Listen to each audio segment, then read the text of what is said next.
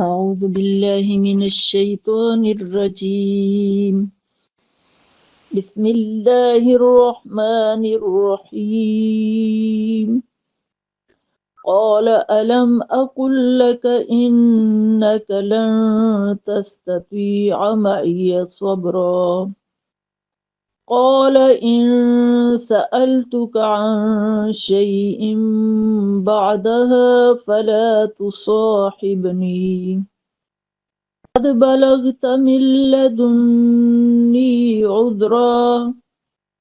فانطلقا حتى إذا أتيا أهل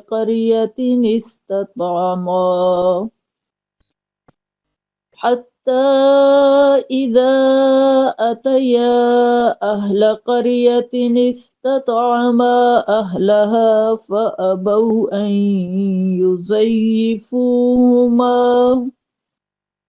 فأبوا أن يضيفوهما فوجدا فيها جدارا يريد أن ينقض فأقامه.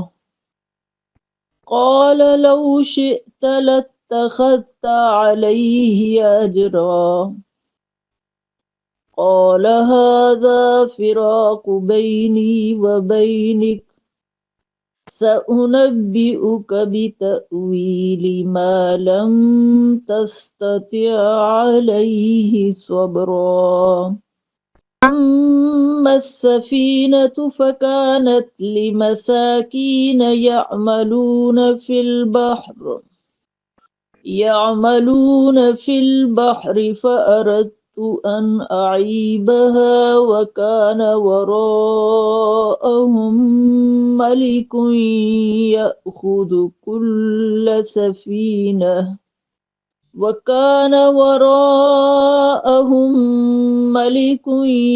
يأخذ كل سفينة غصبا. وأما الغلام فكان أبواه مؤمنين فخشينا أن يرهقهما طغيانا وكفرا، فأردنا أن يبدلهما ربهما خيرا منه زكاة وأقرب رحما. وأما الجدار فكان لغلامين يتيمين في المدينة وكان تحته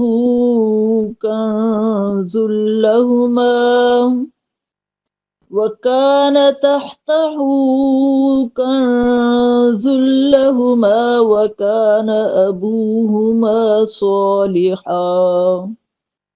فأراد ربك أن يبلغا أشدهما ويستخرجا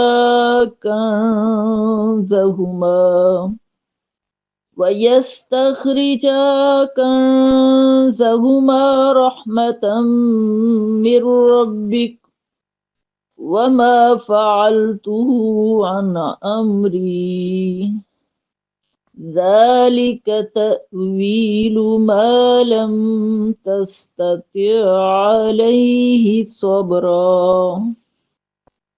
اعوذ باللہ من الشیطان الرجیم، بسم اللہ الرحمن الرحیم۔ پارہ نمبر 16، اس میں سورہ الکہف کا آخری حصہ ہے، جس میں حضرت موسیٰ علیہ السلام اور حضرت خضر علیہ السلام کا واقعہ ہے، اس کے بعد ذوالقرنین کا واقعہ ہے، اس کے بعد سورہ مریم ہے، پھر سورہ طٰہٰ ہے۔ جو قصہ شروع ہوتا ہے حضرت خضر علیہ السلام کا اور حضرت موسیٰ علیہ السلام کا، یہ اصل میں 15ویں پارے کے آخر سے شروع ہوتا ہے، لیکن کل ہم نے اس پر بات نہیں کی تھی۔ آج ہم انشاءاللہ اس قصے کے حوالے سے بات کرتے ہیں۔ قرآن پاک میں یہ جو واقعہ ہے، سورہ کہف کی آیات آیات 60 تا 82 بیان ہوا ہے، اور اس کا پس منظر کچھ اس طرح سے ہے کہ حضرت موسیٰ علیہ السلام بنی اسرائیل کی عظیم نبی تھے، اور روایات میں آتا ہے کہ ایک دن ان سے پوچھا گیا کہ زمین پر سب سے زیادہ علم والا کون ہے، تو حضرت موسیٰ علیہ السلام نے اس اعتبار سے کہ وہ نبی تھے اور نبی کے اوپر وحی آتی ہے اور اللہ اسے غیب کی خبریں بتاتا ہے، وہ جانتے تھے کہ میں نبی بھی ہوں اور صاحب شریعت ہوں، انہوں نے کہا کہ میں ہوں، سب سے زیادہ علم میرے پاس ہے۔ اللہ تعالیٰ نے آپ کو مزید علم دینے کا ایک انتظام کر دیا اور بتایا کہ ہمارا ایک بندہ ہے جسے ہم نے اپنے ایک خاص علم سے نوازا، تم اس سے جا کر سیکھو، اور یہی بندہ اصل میں خضر علیہ السلام تھے۔ اور میں یہاں پہ خضر علیہ السلام اس لیے کہہ رہی ہوں کہ زیادہ تر مفسرین کا خیال یہ ہے کہ وہ نبی تھے، کیونکہ قرآن نے صاحب علم کہا ہے، اپنا بندہ یعنی بہت نیک تھے اور صاحب علم تھے۔ بعض مفسرین نے یہ بات کہی ہے کہ وہ نبی نہیں تھے، بہرحال جن مفسرین کی رائے یہ ہے کہ وہ نبی تھے، لہٰذا اس تکریم کے اعتبار سے میں پھر حضرت خضر علیہ السلام کہہ رہی ہوں۔ حضرت موسیٰ علیہ السلام اپنے خادم حضرت یوشع کے ساتھ سفر پر روانہ ہوئے۔ اللہ نے نشانی رکھی کہ جہاں مچھلی زندہ ہو کر سمندر میں چلی جائے گی وہاں خضر علیہ السلام ملیں گے۔ چٹان کے پاس مچھلی زندہ ہو کر پانی میں اتر گئی، دراصل وہی مقام ملاقات کا بنا، یہ مقام سوڈان میں ہے۔ حضرت موسیٰ علیہ السلام نے عرض کیا کہ میں آپ سے سیکھنا چاہتا ہوں۔ حضرت خضر علیہ السلام نے فرمایا تم میرے ساتھ صبر نہیں کر سکو گے، اور پھر انہوں نے شرط رکھی جب تک میں خود وضاحت نہ کروں سوال نہیں کرو گے۔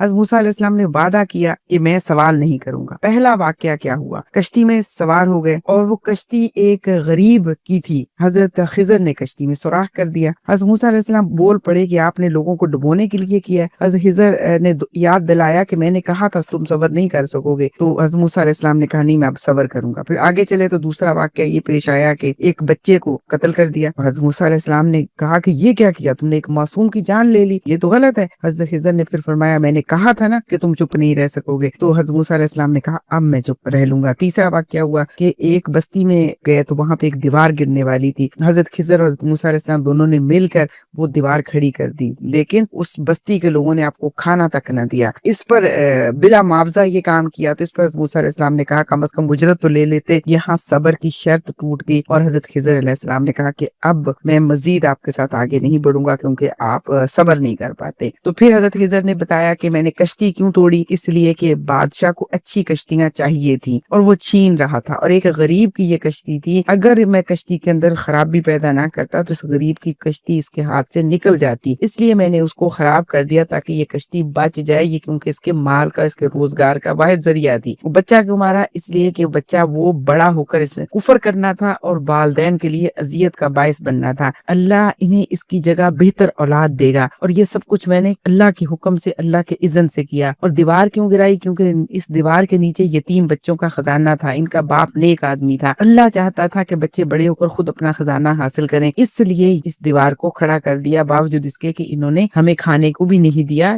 اور میں نے کوئی اجرت نہیں لی۔ دراصل اس واقعے کے اندر یہ بات سمجھائی گئی ہے کہ جو ایک ظاہری علم ہے وہ جو نظر آتا ہے، ایک وہ حکمت ہے جو پوشیدہ ہوتی ہے، جو نظر نہیں آتی۔ اللہ اتنی بڑی ہستی ہے کہ ہمیں ظاہری طور پر اپنا نقصان نظر آ رہا ہوتا ہے، لیکن در حقیقت وہ اس کی رحمت ہوتی ہے۔ دوسرا ایک اہم سوال جو پیدا ہوتا ہے کہ حضرت موسیٰ علیہ السلام صبر کیوں نہ کر سکے، یہ سوال کام دل میں آتا ہے۔ حضرت موسیٰ علیہ السلام کا صبر نہ کر پانا ان کی کمزوری نہیں تھا، بلکہ نبوت کی جو ذمہ داری تھی اس کا تقاضا تھا، کیونکہ حضرت موسیٰ علیہ السلام ایسے نبی تھے جن پر شریعت نازل ہوئی۔ حضرت موسیٰ علیہ السلام کو اللہ تعالیٰ نے شریعت عطا کی، ان کا منصب تھا کہ ظلم دیکھ کر خاموش نہ رہیں، برائی دیکھ کر روکیں، حق کی حفاظت کریں۔ جب انہوں نے دیکھا کہ کشتی کو نقصان پہنچایا جا رہا ہے، ایک معصوم بچہ قتل کیا جا رہا ہے، تو ان کا دل اور زبان شریعت کی گواہی دینے پر مجبور ہو گئے۔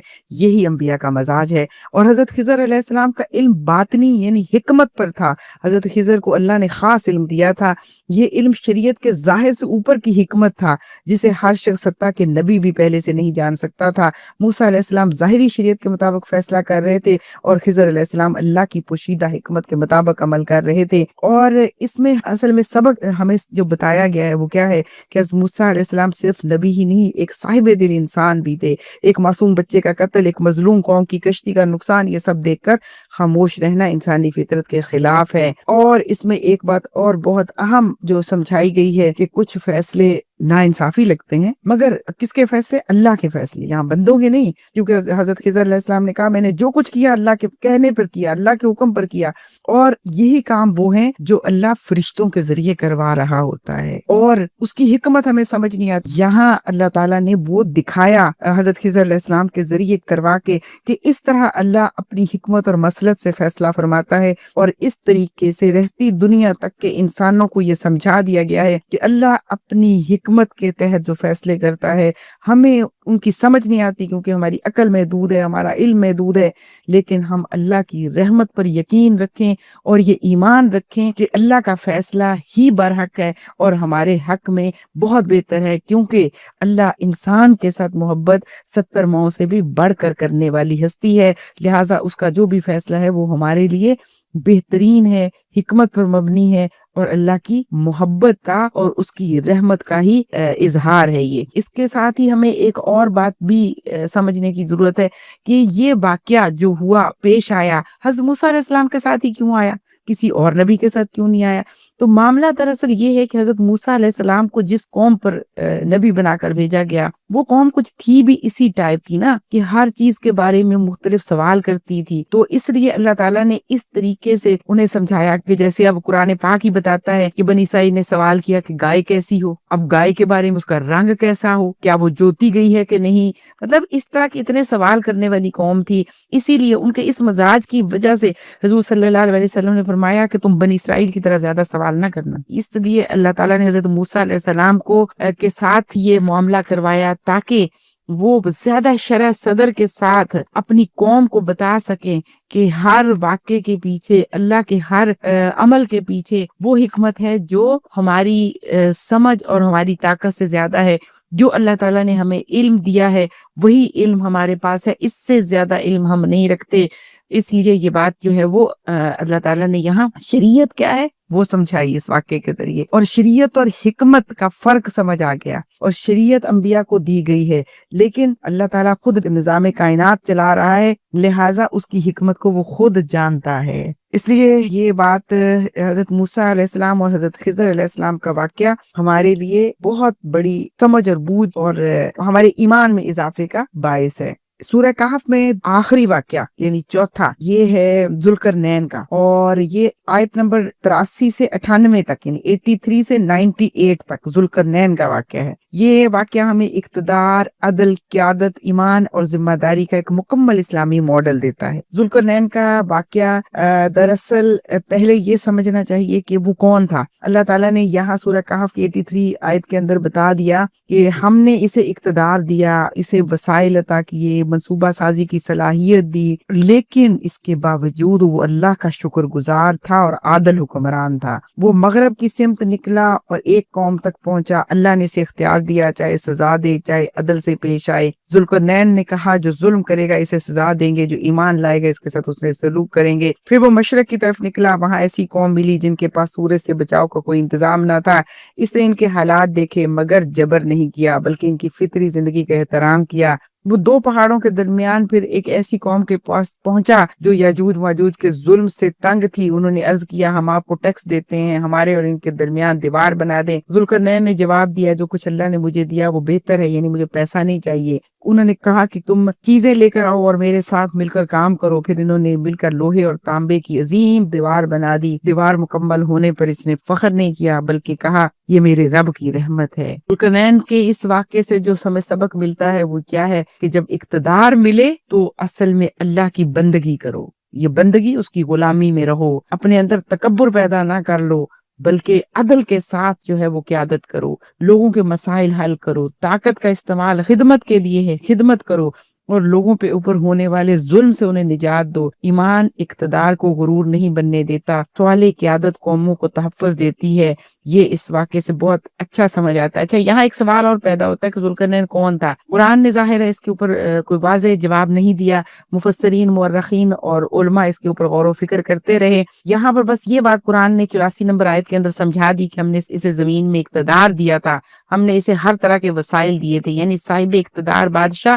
جس کی وسیع سلطنت تھی، ایمان والا بھی تھا، عادل بھی تھا، اللہ سے ڈرنے والا بھی تھا۔ بعض لوگوں کا خیال ہے کہ یہ سکندر اعظم ہے، لیکن سکندر اعظم مشرک تھا، ذوالقرنین جو ہے وہ ایک اللہ پر ایمان رکھنے والا تھا اور عادل بھی تھا۔ زیادہ تر علماء جو اس کے بارے میں سمجھتے ہیں کو اس کا نام تھوڑا سا مختلف ہے۔ اگر ذوالقرنین کو قورش اعظم مانا جائے، کچھ چیزیں اس کے ساتھ ملتی ہیں، تاریخی علامتیں اس سے ملتی ہیں۔ 2 سینگوں سے مراد اصل میں مفسرین یہ کہتے ہیں ایک اس کے پاس روحانی طاقت تھی، ایک اس کے پاس مادی طاقت تھی، اور کچھ مفسرین نے اس کو اس حوالے سے لکھا ہے کہ مشرق کی طرف وہ گیا تھا حد نگاہ تو وہاں بھی اس نے اپنی حکومت قائم کی، مغرب کی طرف گیا تھا حد نگاہ تو وہاں بھی اس نے حکومت قائم کی۔ اس لحاظ سے 2 مشرق اور مغرب کی طرف اس کی حکومتیں تھیں، اس لیے اس کو ذوالقرنین کہا گیا، یعنی 2 سینگوں والا۔ اس کا اپنا یہ نام نہیں تھا، بلکہ یہ جو اس کی ایک وسیع سلطنت تھی اس کی وجہ سے اس کو یہ نام دیا گیا۔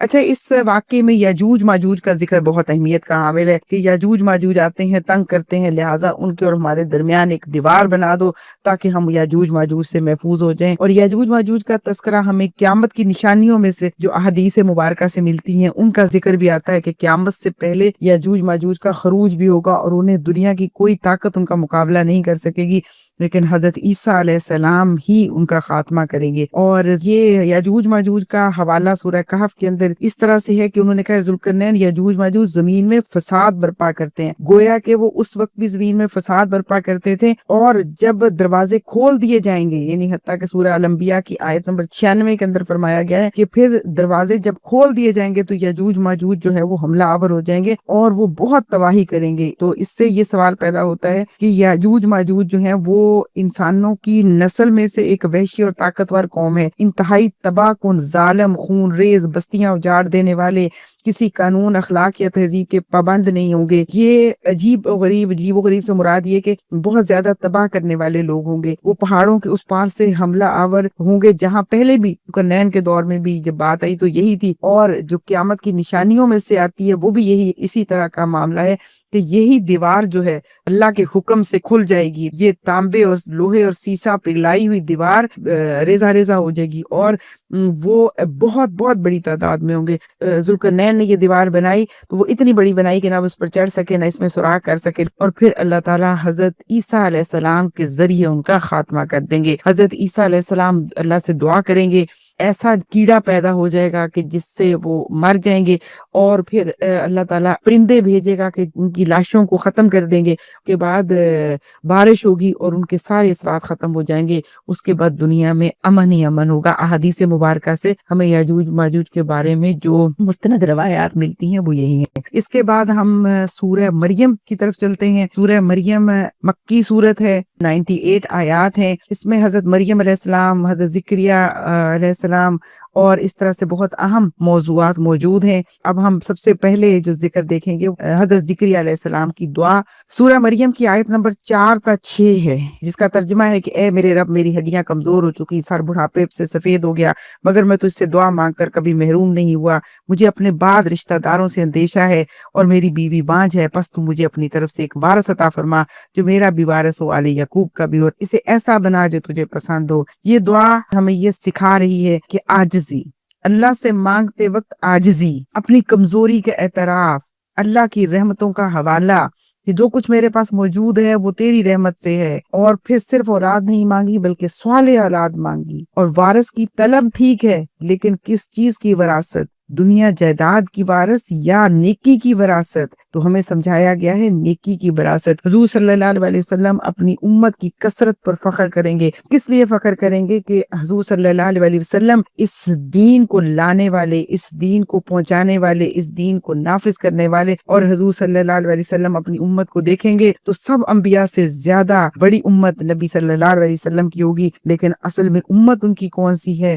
جو ان کے مشن کو لے کر کھڑی ہے، جو تبلیغ اور اقامت کا کام کرتی ہے، اور جو نبی صلی اللہ علیہ وسلم کے پیغام کو آگے پہنچاتی ہے، دراصل وہی نبی صلی اللہ علیہ وسلم کے وارث ہیں، اور انبیاء کے وارث ہوتے ہی وہی ہیں جو انبیاء کے دین کو اور مشن کو لے کر آگے چلتے ہیں۔ تو اس لحاظ سے یہاں یہ بہت اہم بات ہے جو ہمیں سمجھائی گئی ہے۔ اور پھر حضرت مریم علیہ السلام کا تذکرہ ہے، اس میں ہمیں سمجھایا گیا ہے کہ قرآن نے جن خواتین کو قیامت تک کے لیے نمونہ ایمان بنایا، ان میں سب سے روشن نام حضرت مریم علیہ السلام کا ہے۔ اللہ نے ایک پوری صورت ان کے نام پر نازل کی جو عورت کی عزت، پاکیزگی اور قرب الہی کا اعلان ہے۔ مریم علیہ السلام کی عبادت اور پاکیزہ پرورش، اللہ تعالیٰ سورہ مریم کی آیت نمبر 16 کے اندر فرماتا ہے کہ مریم عبادت کے لیے خلوت اختیار کرتی تھی۔ یہ ہمیں بتاتا ہے کہ قرب الہی تنہائی، ذکر اور پاکیزگی سے پیدا ہوتا ہے، کہ کچھ وقت تو انسان کے پاس اپنے لیے ہونا چاہیے کہ جس میں وہ اپنا محاسبہ کرے، ایک لمحے کا محاسبہ اپنا، ایک لمحے کا اپنے لیے غور و فکر کرنا، اپنے گناہوں کو سمجھ جانا، اپنے نفس کی سازشوں اور اپنے نفس کی خرابیوں کو پہچان لینا، یہ بہت لمبے عرصے کی عبادت سے افضل ہے۔ اور خاص طور پر جب اللہ تعالیٰ ہمیں حکم دیتا ہے کہ ہم آخری نبی کی امت ہیں اور ہمیں ہی اس دین الہی کو پوری دنیا تک پہنچانا ہے، تو ہمارا کام دنیا کے اندر ہے، ہمارا کام عوام کے اندر ہے، ہمارا کام لوگوں تک پہنچنا، بڑی دور تک پہنچنا۔ جب لوگوں کے درمیان رہنے والوں کے پاس یہ لازم ہے کہ وہ اپنے نفس کا محاسبہ کریں، اپنے اندر کو دیکھیں کہ ان کے اندر کتنا ریا آتا ہے اور کتنا دکھاوا آتا ہے، کتنا احساس کبر آتا ہے، کتنا نیکی کا تکبر آتا ہے۔ اپنے اندر کو دیکھیں کہ میرے خیالات کہاں جا رہے ہیں، میں اپنے آپ کو کیا سمجھ رہی ہوں اور میری حقیقت کیا ہے۔ یہ بات ہمیں سمجھائی گئی ہے۔ اور اس میں اگلی بات سورہ مریم کی آیت نمبر 19 کے اندر جو سمجھایا گیا ہے، جب ان کے پاس فرشتہ آتا ہے، فرشتہ آ کے جو ہے وہ ایک پاکیزہ لڑکے کی بشارت دیتا ہے، تو حضرت مریم گھبرا گئیں اور اپنی پاکیزگی بیان کی اور یہ اعلان کیا، مجھے تو کبھی کسی انسان نے نہیں چھوا اور میں سرکش نہیں ہوں۔ یہ اعلان ہے اسلام میں عورت کی عزت کا، کہ جو سب سے بڑی دولت ہے، سب سے بڑی دولت عورت کے لیے اس کی حیا ہے، اس کی عزت ہے۔ لیکن اللہ کا حکم تھا، اللہ تعالیٰ نے اپنی روح پھونک دی، حضرت مریم علیہ السلام کا حمل ٹھہر گیا، اور پھر وہ اپنے حمل کو لے کر ایک ایسی جگہ پر چلی گئیں کہ جہاں کوئی دیکھنے والا نہ ہو۔ وہ تنہا درد سہتی رہیں، یہاں تک کہ کہنے لگیں کاش آج کا دن میرے پاس نہ آیا ہوتا، کاش میں آج سے پہلے ہی مر گئی ہوتی۔ یہ انسان کی کمزوری نہیں بلکہ ایمان کا عظیم امتحان تھا۔ پھر اللہ کی مدد پہنچی، اللہ نے زمین سے پانی نکالا، درخت سے کھجوریں گر گئیں، اور اللہ نے حوصلہ دیا کہ پانی پیو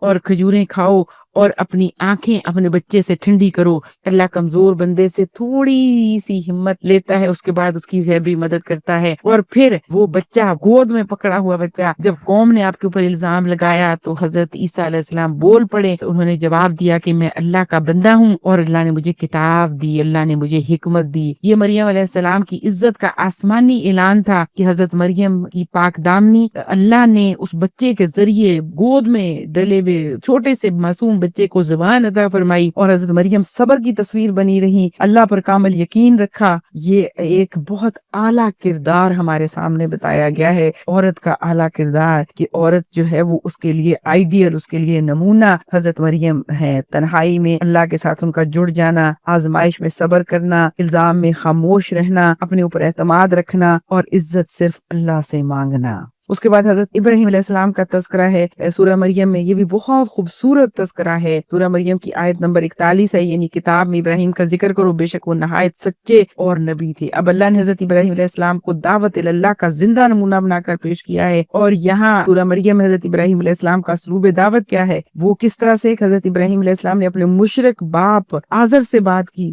مگر کیسا لہجہ تھا، 4 مرتبہ کہا اے میرے پیارے ابا۔ یہ دعوت کی سب سے بڑی حکمت ہے، نرمی، محبت، احترام، بہت پیار سے بلایا، اور پھر دلیل دی عقل کے ساتھ اور محبت کے ساتھ کہ ابا آپ ان چیزوں کو کیوں پوچھتے ہیں جو نہ سنتی ہیں، نہ دیکھتی ہیں، نہ فائدہ دیتی ہیں۔ یعنی دعوت زبردستی نہیں بلکہ سوچ جگانے کا نام ہے، لیکن اس کے لیے شرط خیر خواہی اور درد ہے۔ انہوں نے فرمایا ابا میرے پاس وہ علم آیا ہے جو آپ کے پاس نہیں ہے، اے میرے والد محترم میری بات مان لیں، میں آپ کو سیدھی راہ دکھاؤں گا۔ یہ تکبر نہیں بلکہ رحمت کا پیغام ہے۔ سچائی کے ساتھ پھر تنبیہ کی کہ میرے والد محترم شیطان کی بندگی نہ کریں، وہ تو رحمان کا نافرمان ہے۔ یہی توحید کا اصل پیغام ہے۔ اور والد نے جب آزر ان کے والد تھے، جب انہوں نے سختی سے کہا اگر تم باز نہ آئے تو میں تمہیں سنگسار کر دوں گا، تو بیٹے کا آخری جملہ کیا تھا؟ حضرت ابراہیم علیہ السلام نے جواب میں کہا السلام علیکہ، میں آپ کے لیے دعا کروں گا۔ یہ ہے نبوت کی شرافت کہ بہت محبت سے، احترام سے، عقلی دلیل کے ساتھ دعوت دی، لیکن جواب میں سختی ملی، پھر صبر کیا۔ اس کے بعد آپ نے چھوڑ دیا، اللہ کے اوپر چھوڑ دیا، یعنی اپنی حد تک پوری کوشش کرنا اور پھر اللہ کے سپرد کر دینا، یہی مومن کی شان ہے۔ اس کے بعد سورہ طٰہٰ ہے، اہم ہے، مکہ مکرمہ میں نازل ہوئی ہے۔ اس میں مخاطب حضور صلی اللہ علیہ وسلم ہے۔ مرکزی پیغام اس کا کہ قرآن مشقت کے لیے نہیں، ہدایت اور اطمینان کے لیے نازل کیا گیا۔ سورہ طٰہٰ کی آیت نمبر 2 کے اندر اللہ تعالیٰ نے فرمایا ہم نے یہ قرآن تم پر اس لیے نازل نہیں کیا کہ تم مشقت میں پڑ جاؤ۔ سورہ طٰہٰ کے نمایاں مضامین یہ ہے کہ حضور صلی اللہ علیہ وسلم کو تسلی اور حوصلہ دیا گیا ہے کہ اللہ تعالیٰ نبی کے دل کو سہارا دے رہے ہیں کہ مخالفت اور تکلیف کے باوجود یہ حق کا راستہ یہی ہے۔ حضرت موسیٰ علیہ السلام کی دعوتی جدوجہد بتائی گئی ہے، فرعون سے مکالمہ، معجزات، مقابلہ، ہجرت، یہ سب سورہ طٰہٰ کا مرکزی تاریخی حصہ ہیں۔ اور بنی اسرائیل کی آزمائش کا واقعہ بتایا گیا ہے کہ سامری کا فتنہ، بچڑی کی عبادت، اور یہ سب بتاتا ہے کہ آزادی کے بعد بھی ایمان کی آزمائش ہوتی ہے۔ پھر حضرت آدم علیہ السلام کا واقعہ کہ آپ بھول گئے، توبہ کی، اللہ تعالیٰ نے توبہ قبول کر لی۔ پھر آخرت کا پیغام ہے، جنت اور جہنم، جنت میں جو جائیں گے وہ کامیاب ہوں گے، جو جہنم میں جائیں گے وہ خسارے میں ہوں گے۔ اب ہم دیکھتے ہیں کہ سورہ طٰہٰ میں حضرت موسیٰ علیہ السلام کا تذکرہ کس طرح سے ہوا ہے۔ یہ موضوع دراصل سورہ طٰہٰ کا دل ہے۔ حضرت موسیٰ علیہ السلام کا تذکرہ یہاں دعوت، قیادت، صبر، جدوجہد کا مکمل نقشہ ہے۔ سورہ طٰہٰ میں حضرت موسیٰ علیہ السلام کے بارے میں جو بتایا گیا ہے یہ آیت نمبر 12 اور 13 ہے۔ اس میں ہمیں جو بات سمجھائی گئی ہے وہ کیا ہے کہ نبوت انتخاب ہے اللہ کا، اللہ کی طرف سے ڈالی گئی ذمہ داری ہے اور اللہ تعالیٰ کی طرف سے دی گئی عزت ہے، اور یہ ایک عظیم مشن ہے جو فرعون کے مقابلے میں بھیجا گیا کہ اللہ تعالیٰ نے سورہ طٰہٰ کی آیت نمبر 24 کے اندر فرمایا کہ جاؤ فرعون کے پاس، انہ طغیٰ، وہ کیا ہو گیا ہے، وہ سرکش ہو گیا ہے، وہ باغی ہو گیا ہے، اور اس لیے فرعون کے پاس جاؤ اور اسے حق بات کہو۔ اور حضرت موسیٰ علیہ السلام نے دعا کی رب اشرح لی صدری، اے اللہ میرے سینے کو کھول دے۔ تو یہ دعا کیا ہے، 25 سے 28 نمبر آیت کے اندر یہ بات سمجھائی گئی ہے کہ نبی نے بھی جب اس کے اوپر نبوت بھیجی گئی، اسے اس منصب پر فائز کیا گیا، تو انہوں نے بھی یہ دعا کی کہ اللہ میرے سینے کو کھول دے اور میرے لیے بات کو پہنچانا آسان کر دے، مجھے حکمت عطا فرما دے۔ پھر حضرت موسیٰ علیہ السلام نے یہ بھی مدد مانگی کہ اللہ میرے بھائی کے ذریعے مجھے قوت دے۔ پھر اللہ تعالیٰ نے حضرت ہارون علیہ السلام کو نبوت عطا فرما دی اور آپ کا ساتھی بنا کر بھیج دیا کہ دونوں جا کے فرعون کے دربار میں بات کریں۔ فرعون سے بات کرنے کے لیے اللہ تعالیٰ نے معجزات دیے، عصا دیا، ید بیضا دیا، اور پھر ان کے ذریعے جادوگر جو ہے وہ ایمان لے آئے۔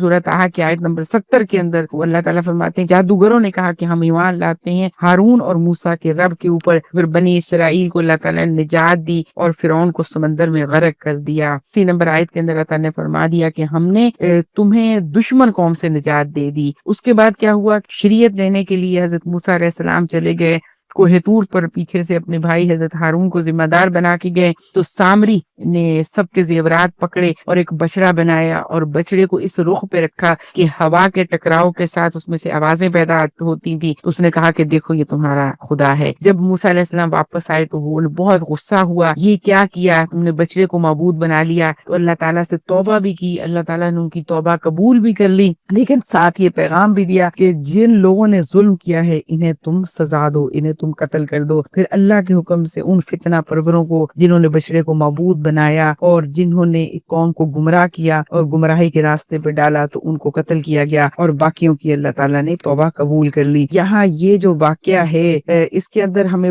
پہلا پیغام جو سمجھایا گیا ہے وہ یہ کہ نبوت اللہ کی طرف سے ہوتی ہے، وہبی ہوتی ہے، کسبی نہیں ہوتی۔ یعنی کوئی بھی شخص محنت، مجاہدہ، مشقت کر کے نبی نہیں بن سکتا، بلکہ یہ اللہ تعالیٰ کی دین ہے، جس کو چاہتا ہے وہ اپنے راستے میں منتخب کر لیتا ہے، اور یہ ایک ذمہ داری ہے۔ نبوت کے منصب پر فائز ہستیاں ظلم کے سامنے پھر جس طرح سے ڈٹ کے کھڑی ہوتی ہیں کہ ہر طرح کا ظلم سہ جاتی ہیں اور ہر اپنی آسائش، ہر نعمت، ہر آرام، ہر چیز کو داؤ پر لگا کر جس پیغام پر، جس مشن پر نبی کو اللہ نے کھڑا کیا ہوتا ہے اس کے لیے وہ دن رات لگا دیتی ہیں، اس کے لیے وہ دعا بھی کرتی ہیں، اس کے لیے وہ تدبیر بھی کرتی ہیں، اس کے لیے وہ صبر بھی کرتی کرتی ہیں، اس کے لیے وہ قربانی بھی کرتی ہیں، انجام کیا ہوتا ہے؟ اللہ کی مدد پہنچتی ہے دنیا کے اندر۔ اگر دنیا کے اندر وہ کامیاب نہیں بھی ہوتے تو آخرت کی کامیابی تو ہمیشہ کے لیے ہے۔ جیسے حضرت عیسیٰ علیہ السلام، دنیا کے اندر تو معاملہ مشکل ہی رہا، بہت زیادہ تعداد ان کے حواریوں کی نہیں تھی، لیکن آج اگر ہم دیکھیں کہ حضرت عیسیٰ علیہ السلام کے ماننے والوں کی ایک بڑی تعداد دنیا کے اندر موجود رہی۔ جب حضور صلی اللہ علیہ وسلم مبعوث فرمائے تب بھی حضرت عیسیٰ علیہ السلام کے ماننے والوں کی بڑی تعداد تھی، اور ایک بڑی امت کے ساتھ وہ اٹھیں گے قیامت کے دن۔ لیکن سب سے بڑی امت ہمارے پیارے نبی حضور صلی اللہ علیہ وسلم کی ہوگی، کیونکہ آپ امام الانبیاء ہیں، آپ انسانیت کے سب سے بڑے قائد ہیں۔ تو لہٰذا اس لیے نبی صلی اللہ علیہ وسلم کی بعثت کے بعد تمام انبیاء پر نازل ہونے والی شریعتیں منسوخ کر دی گئیں۔ اب جو شریعت باقی ہے وہ صرف اور صرف حضور صلی اللہ علیہ وسلم پر نازل ہونے والی شریعت ہے۔ ہاں کوئی حضرت موسیٰ علیہ السلام کے پیروکار ہوں یا حضرت عیسیٰ علیہ السلام کے پیروکار ہوں، سب کو اللہ تعالیٰ نے دعوت دی ہے کہ اب سب پیروی کریں، کس کی؟ حضور صلی اللہ علیہ وسلم کی۔ اسی لیے تو معراج کے موقع پر حضور صلی اللہ علیہ وسلم نے تمام انبیاء کی امامت کروائی، اور یہ اس بات کا اعلان اور اظہار تھا کہ اب تمام انبیاء جو مشن ہے وہ مشن لے کر اب حضور صلی اللہ علیہ وسلم اٹھے ہیں۔ اب شریعت جو باقی رہے گی وہ وہی باقی رہے گی جو حضور صلی اللہ علیہ وسلم کی ہے۔ اب عیسیٰ علیہ السلام بھی دوبارہ دنیا میں آئیں گے تو حضور صلی اللہ علیہ وسلم ہی کا دین لے کر آگے کھڑے ہوں گے، تو پچھلی شریعتیں منسوخ ہو چکی۔ اب حضرت موسیٰ علیہ السلام کا یہ واقعہ جو ابھی ہم دیکھ چکے ہیں، اس سے ہمیں یہ سبق ملتا ہے کہ جب مشن اللہ کا ہو تو مقابلہ فرعون سے بھی ہو جائے، کوئی فرق نہیں پڑتا۔ حالانکہ فرعون کون تھا؟ وہی فرعون، یعنی جس کے گھر آپ کی تربیت ہوئی، وہی فرعون جو بنی اسرائیل کے بیٹوں کو قتل کر دیتا تھا، بیٹیوں کو زندہ چھوڑتا تھا، وہی فرعون جس نے بنی اسرائیل کو غلام بنا لیا تھا، لیکن اس کے سامنے جا کر حق بات کہنا اور حق بات پر ڈٹے رہنا، اور جب مقابلے کی باری آئی تو مقابلے پہ کھڑے ہونا۔ بات اصل میں جو سمجھنے کی ہے وہ یہ کہ بالآخر کامیابی حق کو ملتی ہے، لیکن وہ کامیابی میرے حصے میں آئے گی یا میرے سے اگلی نسل کے حصے میں آئے گی یہ اللہ کو پتا ہے، لیکن بالآخر کامیابی حق ہی کو ملے گی۔ اور ہمارا امتحان یہ ہے کہ ہم حق کی راہ پہ ڈٹے رہیں، جمے رہیں، اور ہمارے لیے جو راہ عمل ہے وہ یہ ہے کہ ہم اپنی زندگی کو جس مقصد کے لیے ہمیں اللہ تعالیٰ نے دنیا میں بھیجا، کنتم خیر امت، خیر امت بنا کر بھیجا، خیر امت اس لیے بنایا تاکہ ہم لوگوں کو نیکی کا حکم دیں اور برائی سے روکیں، اس کام کے اوپر لگ جائیں، یہی ہماری زندگی کا مقصد ہے۔ اگر ہم اس مقصد کے اوپر کھڑے نہیں ہوئے تو دراصل وہی جو بندگی مطلوب ہے وہ بندگی ادا نہیں ہوئی، وہ بندگی کا حق ادا نہیں ہوا، وہ بندگی کی راہ پر ہم نہیں پڑے۔ اب جب بندگی کی راہ پر نہیں پڑے تو نماز روزہ حج زکوٰۃ ہمیں نجات نہیں دلا سکتا۔ کیوں؟ اس لیے کہ نماز روزہ حج زکوٰۃ تو ہمیں بندگی کے لیے تیار کرتا ہے۔ اگر اس کا مقصد حاصل نہ ہوا کہ نماز روزہ حج زکوٰۃ تو کیا لیکن بندگی کی راہ پر نہ پڑے، بندگی کے لیے تیار نہ ہوئے، تو اللہ کو تو عبادت صرف عبادت مطلوب نہیں ہے، اللہ کو تو بندگی مطلوب ہے۔ عبادت کے لیے تو بہت تعداد میں فرشتے اس کے پاس موجود ہیں۔ یہ ہماری ٹریننگ کا سسٹم ہے، جو ہمارا نظام عبادات ہے، یہ سب مراسم عبودیت، یہ ہماری ٹریننگ کرتے ہیں، یہ ہماری تربیت کرتے ہیں تاکہ ہم اللہ کی غلامی میں آ جائیں۔ اور اللہ کی غلامی کیا ہے؟ اللہ کی غلامی یہ ہے کہ اللہ نے ہمیں اپنا نائب بنایا۔ اللہ کون ہے؟ حاکم۔ تو اس دنیا کے اندر ہمیں اللہ کے بھیجے ہوئے نظام کو حکمران بنانا ہے، اپنی زندگی بھی اسی کے مطابق گزارنی، اپنے خاندان کا سسٹم، اپنے گھر کا سسٹم، اپنے معاشرے کا سسٹم، پوری دنیا کا سسٹم۔ اب اس سے یہ بات سمجھ لیجئے کہ اگر گھر میں کچن کا اور کھانے کا سسٹم نہ بنا ہوا ہو تو اب آپ سوچئے کہ پورے گھر کے اندر کوئی کچن ایلوکیٹ نہیں ہے الگ سے، نہ کوئی چولہا کسی ایک جگہ پہ پڑا ہوا ہے، نہ پکانے والی چیزیں ایک جگہ پہ پڑی ہوئی ہیں، سب چیزیں گھر کے اندر موجود ہیں، بکھری ہوئی ہیں، کہیں پہ کسی کمرے میں نمک مرچ پڑا ہے، دوسرے میں سبزی پڑی ہے، چوتھے کمرے میں دیگچی پڑی ہے، پانچویں جگہ پہ چمچ پڑا ہے، پھر ماچس کسی اور جگہ پہ پڑی ہے۔ تو اب آپ خود سوچئے کہ ایک ہی گھر کے اندر سب چیزیں موجود ہوں، مگر کھانا بنانا کتنا آسان ہوگا۔ پہلے چیزیں تلاش کریں، اکٹھی کریں، اور پھر اس کے بعد اس کو کوئی جگہ بنائیں۔ اسی لیے تو کچن بنایا جاتا ہے اور سب چیزیں وہاں پہ رکھی جاتی ہیں۔ تو یہ اصل میں سسٹم ہے جو اللہ تعالیٰ نے دنیا کے اندر بھیجا انسانوں کے رہنے کے لیے، کیونکہ اب جو خالق ہے وہی جانتا ہے کہ انسان کو کس طرح زندگی گزارنی چاہیے اس نے سسٹم بنا کر بھیجا ہے. تو اسی لیے وہ یہ چاہتا ہے کہ انسانیت سکون سے زندگی گزارے، اور اسی لیے وہ حکم دیتا ہے کہ سارا وہی سسٹم لاگو کرو جو میں نے بھیجا ہے، وہی جو ضابطہ حیات میں نے دیا الدین، اسی کو لاگو کرو تاکہ انسانیت بھی سکون سے رہے اور اللہ کی تمام مخلوقات سکون سے زندگی گزار سکیں.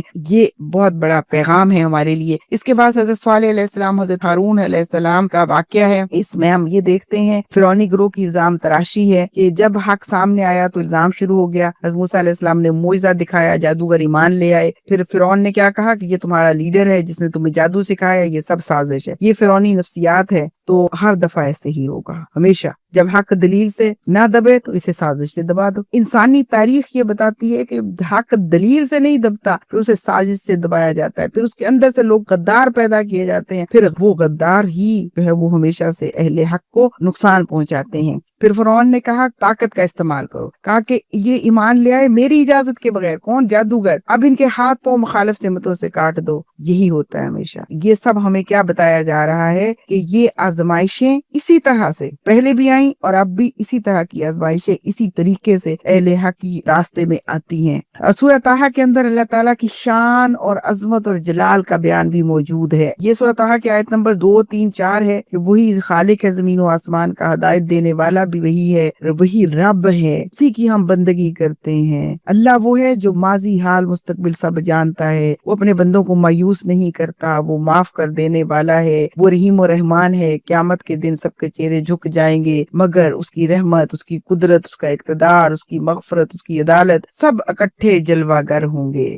وہی خالق بھی ہے وہ اللہ، وہ ہادی بھی ہے، مالک بھی ہے، معاف کرنے والا ہے. سب فیصلے وہی کرے گا اور اس کی عظمت آج بھی ہر جگہ موجود ہے. قیامت والے دن صرف وہی ہوگا. سب کی بادشاہیاں ختم ہو جائیں گی، سب کی سرداریاں، سب کا اقتدار ختم ہو جائے گا. صرف اور صرف اللہ ہی باقی رہے گا اور اسی کی عظمت اور اس کی ہیبت، اس کا جلال سب باقی ہوگا. اور وہ یقیناً رحیم و رحمان بھی ہے، اپنے بندوں پر رحم کرے گا. اللہ سے دعا کرتے ہیں کہ اللہ تعالی ہم پر بھی اس دن رحم کرے. ان صورتوں کے اندر جو ایک بہت اہم موضوع ہے سورہ مریم اور سورہ طٰہٰ کا، وہ حضور صلی اللہ علیہ وسلم کی بشریت اور نزول وحی کی جو صورتیں ہیں اس کو ہم دیکھیں گے. یہ دونوں صورتوں کے اندر یہ موضوع پایا گیا ہے. سورہ مریم اور سورہ طٰہٰ دونوں کے اندر رسول صلی اللہ علیہ وسلم کے بارے میں بتایا گیا ہے کہ آپ بشر بھی ہیں اور منتخب بھی ہیں، انسان بھی ہیں، اللہ کے برگزیدہ نمائندے بھی ہیں. سورہ مریم کی آیت نمبر 19 اور سورہ کہف کی آیت نمبر 110 یہاں فرمایا گیا ہے کہ انی عبداللہ،